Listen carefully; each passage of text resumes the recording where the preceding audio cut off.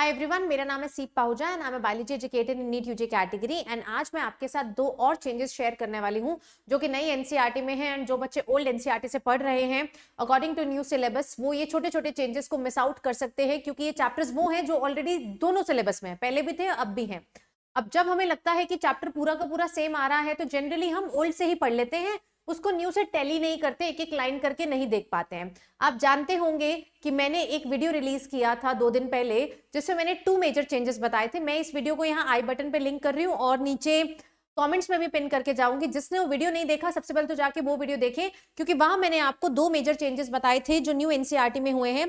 पहला चेंज मैंने आपको बताया था एप्लीकेशंस ऑफ बायोटेक में, कि एप्लीकेशंस ऑफ बायोटेक में बेटा जी उन्होंने टिश्यू कल्चर और सोमैटिक हाइब्रिडाइजेशन जो कि स्ट्रैटेजीज वाले चैप्टर में था वो उसको यहाँ डाल दिए, यानी कि यहाँ से सवाल डेफिनेटली बन सकता है।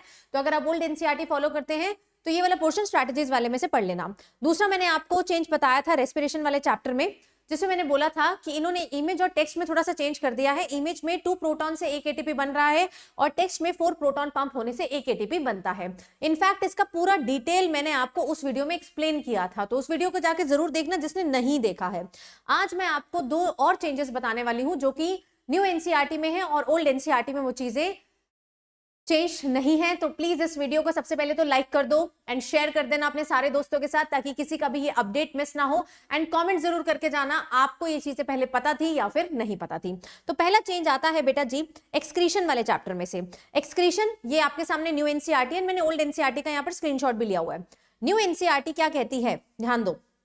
न्यू एनसीईआरटी क्या कहती है, पेज नंबर कौन सा है, 209 of new NCERT and page number 294 of old NCERT. तो अगर मैं न्यू एनसीईआरटी में देखूं, इस लाइन पे मैंने हाईलाइट किया है, ये कहते हैं कि PCT helps in the secretion of hydrogen ion and ammonia into the filtrate bye absorption of bicarbonate from it. कहते हैं कि सिक्रीशन पीसीटी में किस किस की होती है, सिर्फ हाइड्रोजन आयन और अमोनियम आयन। लेकिन अगर आप पिछले साल की एनसीईआरटी कैरी कर रहे हैं तो आपकी ओल्ड एनसीईआरटी में ये लिखा होगा that PCT helps in the selective secretion of hydrogen ion, ammonia and potassium ion into the filtrate। पुरानी एनसीईआरटी में हाइड्रोजन आयन, अमोनिया और पोटेशियम था, लेकिन नई एनसीईआरटी के टेक्स्ट में उन्होंने क्या चीज स्किप कर दी है, पोटेशियम स्किप कर दी है। यानी कि अब जो पीसीटी में सिक्रीशन हो रही है वो सिर्फ हाइड्रोजन आयन और अमोनिया की हो रही है। और इसी का पुख्ता सबूत इससे अगले वाले डायग्राम में भी है। ये जो डायग्राम दिया हुआ है, ये डायग्राम में कोई चेंज नहीं है, पहले भी ये डायग्राम था अब भी ये डायग्राम था। पहले डायग्राम में बेटा जी जो सिक्रीशन दिखाई है वो सिर्फ हाइड्रोजन आयन और अमोनिया की ही दिखाई है। पिछले साल भी ये था, लेकिन पिछले साल टेक्स्ट में उसने पोटेशियम ऐड किया हुआ था। लेकिन इस साल क्या किया है, टेक्स्ट में पोटेशियम को क्या कर दिया है, डिलीट कर दिया है। यानी कि अब टेक्स्ट और इमेज मैच कर रहे हैं, which is a good thing, जिसने हमारी क्लैरिटी और बेटर कर दी। पहले हमें डाउट लगता था कि यहाँ तो पोटेशियम दिया नहीं हुआ, टेक्स्ट में दिया हुआ है, which was a kind of controversy. लेकिन अब क्या है, उसने टेक्स्ट में से भी पोटेशियम आयन रिमूव कर दिया है और इमेज में तो पहले से ही वही था, डायग्राम में पहले से ही वही था। तो प्लीज इस चीज को याद रखें पीसीटी वाले चैप्टर में। तो अगर आपके पास ओल्ड एनसीईआरटी है, ओल्ड एनसीईआरटी का पेज नंबर 294 का खोलना एंड उस पेज में भी पोटेशियम आयन जो टेक्स्ट में लिखा हुआ है इसको डिलीट कर लेना। ठीक है, इसको क्या कर लेना, डिलीट कर लेना। पहला चेंज इस चैप्टर में से आता है। दूसरा चेंज आता है बेटा जी आपकी बायोलॉजिकल क्लासिफिकेशन में से।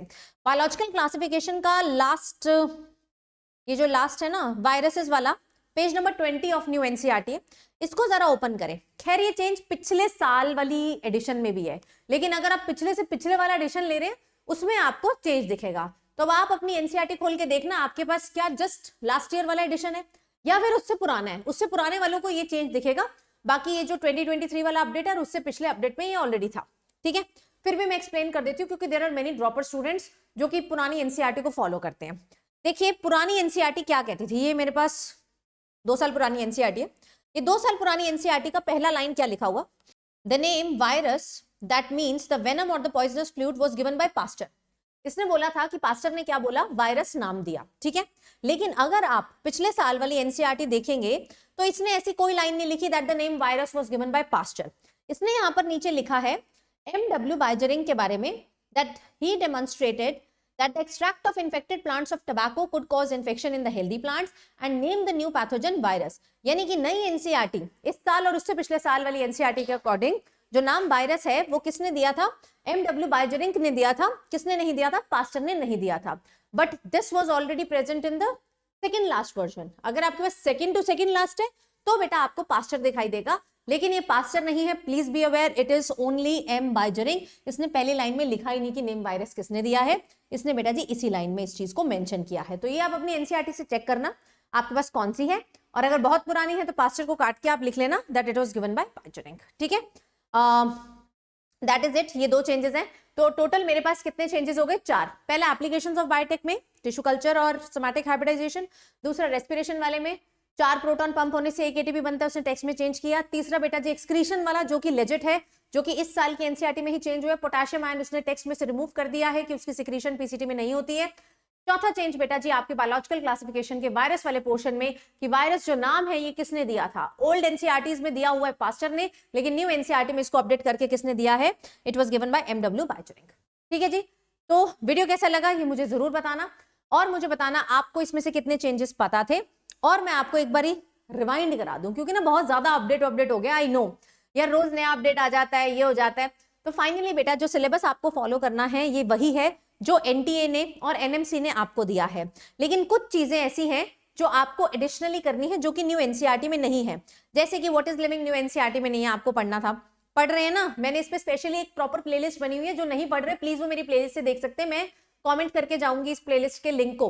मैंने व्हाट इज लिविंग अलग से पढ़ाया है जो कि न्यू एनसीईआरटी में नहीं है, ये पांचों की पांचों फैमिलीज अलग से पढ़ाई है जो कि न्यू एनसीईआरटी में नहीं है, फ्रॉग मैंने अलग से पढ़ाया है, कॉकरोच अलग से पढ़ाया है, एनिमल टिश्यू अलग से पढ़ाया है, modification of root stem leaf वो भी अलग से पढ़ाया है जो कि न्यू एनसीईआरटी में नहीं है, लेकिन सिलेबस में बेटा जी सिलेबस में आपके अवेलेबल है। बाकी तो आपको पता ही है कि क्या क्या डिलीट हुआ है ना, बाकी आपको पता है कि that the digestion and mineral nutrition, transport in plants, environmental issue, ये वाले जो चैप्टर्स है, reproduction in organism, strategies for enhancement in food production, ये वाले जो चैप्टर्स है पूरे डिलीट हो चुके हैं। यानी कि अब आपके पास 38 की जगह कितने चैप्टर्स बचे हैं? 32 चैप्टर्स बचे हैं with some of these additions. ठीक है, इसके अलावा बेटा मुझे बताना था कि आई एम नॉट श्योर आप इस समय कैसे रिविजन कर रहे हैं, but one of the best way to revise is with your favourite educator, जिससे आपने पढ़ा है, या फिर ऐसी टीम से पढ़ना जहां बहुत सारे सिलेक्शन लास्ट ईयर्स में आए हैं, जिसमें आपको मदद करता है एक डेडिकेटेड क्रैश कोर्स, जहां सारी क्लासेस लाइव हो, लाइव क्लासेस के साथ साथ आपको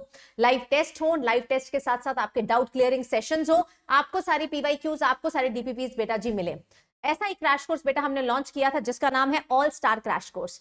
अभी ये क्रैश कोर्स को शुरू हुए ज्यादा समय नहीं हुआ है, तो आप इस क्रैश कोर्स में एनरोल कर सकते हैं। लिंक मैं डिस्क्रिप्शन में डलवा दूंगी, कोड आपको लगाना है सीपलाइव फॉर द मैक्सिमम डिस्काउंट जो इस समय चल रहा होगा।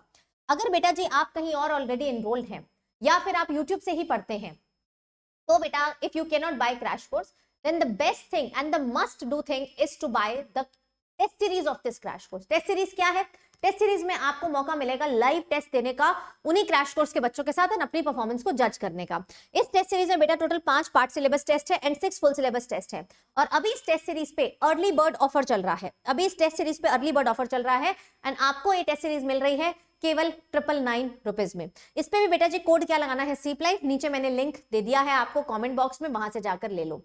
टेस्ट सीरीज में अपीयर होना इसीलिए ज्यादा जरूरी है क्योंकि कई बार हम पढ़ाई कर रहे होते हैं, बहुत अच्छी कर रहे होते हैं एंड हमें लगता है हमें बहुत कुछ आता है, हम घर पे जब टेस्ट देते हैं खुद से अटेम्प्ट करके पीवाईक्यू वगैरह मेरे हो जाते हैं, लेकिन जब हम एक एग्जामिनेशन में बैठते हैं, उस एग्जाम टेम्परामेंट को फील करते हैं, तो बेटा जी आती हुई चीज ना गलत कराते हैं, सिली मिस्टेक्स जिसको हम बोलते हैं। हमें बहुत कुछ आता था लेकिन हम गलत कराते हैं, तो उसकी प्रैक्टिस करना बहुत ज्यादा जरूरी है। आपको ऐसे एनवायरनमेंट में बैठ के टेस्ट देना बहुत ज्यादा जरूरी है जहां पर हजारों बच्चे आए, ऐसे टेस्ट देना जरूरी है जहां पर स्टैंडर्ड क्वेश्चन आए, ऐसे टेस्ट देना जरूरी है जहां पर प्रॉपर एनालिसिस हो उन टेस्ट का, और इससे बेटर आपके लिए टेस्ट सीरीज हो ही नहीं सकती है बेटा। तो if you are studying from somewhere else also, no issues, आप यूट्यूब से भी पढ़ते हैं कोई प्रॉब्लम नहीं है, लेकिन आपको टेस्ट नहीं छोड़ना चाहिए।